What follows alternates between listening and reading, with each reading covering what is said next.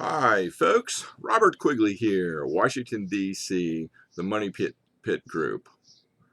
If you haven't subscribed to the channel, please push the subscribe button below, add your comments, join the conversation. Today we're doing Quigley's Believe It or Not. As reported by the Guardian newspaper, we discovered today that an Italian coffee shop was fined $1,000 for selling an espresso for roughly $2.50. It was $2 a couple of days ago. What is an espresso? Well, an espresso is a lot of water and a few coffee beans. This longtime customer of this coffee shop was fed up with the inflation. Regular customer, no doubt. He shows up, looks at the menu, orders the espresso coffee, gets a bill for the $2.50 converted to euros.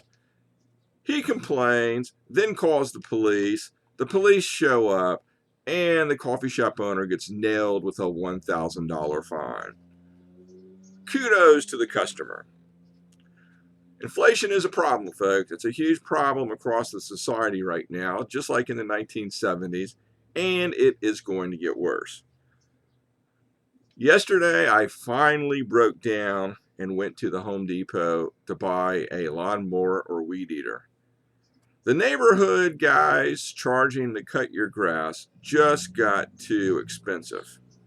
What was once a $10 or $20 yard cut has become a $100 or $150 yard cut. Enough was enough. I was thinking, gee, I can go buy a lawnmower for the price of $150. So I jumped in the car, went off to Home Depot. Lo and behold, all of the gasoline-powered lawnmowers and weed eaters were 2 to 3 times more expensive than they were prior to the pandemic. I mean, we're talking about $650 for some of those lawnmowers, and we're talking about just push lawnmowers. Nothing fancy, no gold, no silver, no hidden treasure, just a lawnmower. And they had them behind locked gates. Oh my goodness, I could not believe what I was looking at. Nothing but price gouging, folks. Inflation at its worst. So what did I buy? I bought the $89 electric weed eater. Of course, that's going to help the environment a great deal.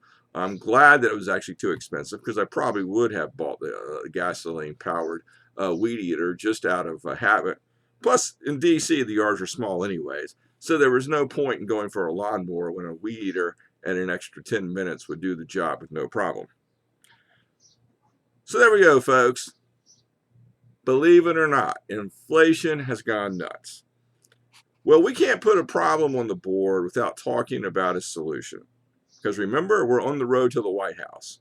And there's no point in going to the White House if we don't have a bag full of solutions. So here's my momentary idea on how to solve this inflation problem. First, we know the Fed's toolkit is very weak. They can raise interest rates, they can lower interest rates. They can pump liquidity into the market, that means flood the market with cash, or they can take it out of the market. That's about it. I've got a much better idea, folks. I like that Italian example. That was very, very smart. But we should go one step further. We should allow private customer lawsuits across the country.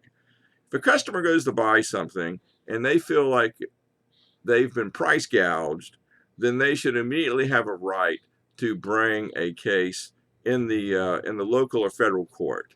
I would say the federal court because we're going to make this a national right. And if they win that lawsuit, they're going to get treble damages, and their lawyer fees are going to be paid for by the offending party. Very simple. Result: lower prices or no deal. Now, as soon as the economic gurus in the world hear this, oh my gosh, we're going to be bombarded with economic orthodoxy. If you don't let businesses rip off the American consumer, the sky is going to fall and the society is going to fall apart. Oh no, this is indirect price controls. If you introduce indirect price controls, you're going to have shortages. The best way to solve high prices, they'll say, is to let the prices go higher. Well, here's the problem with this, folks. prices go high, it is true, items are not going to be bought. If items are not bought, we're going to see a massive decrease in revenue to the producers of the society, and people are going to get fired. That's going to cause a spiral downhill. As more people get fired, there's going to be less money to spend. Sure, the prices are going to go down, but they should have never gone up in the first place. So for decades, America experienced price stability. So essentially, the 80s, 90s, the early 2000s, and the 20 teens, up until the pandemic, very nice price stability, more or less. So once we're in that area of price stability, we want to maintain that position of price stability. So folks, there we are. There's the problem. There's a law reform, and the Italians have it right. Hooray for a cheaper cup of coffee. With that, subscribe to the channel. Add your comments below if you have any ideas of a believe it or not theme listed. We'll research it and put it on the air. Join the conversation. Tell me where I'm right. Tell me where I'm wrong. Until we meet again.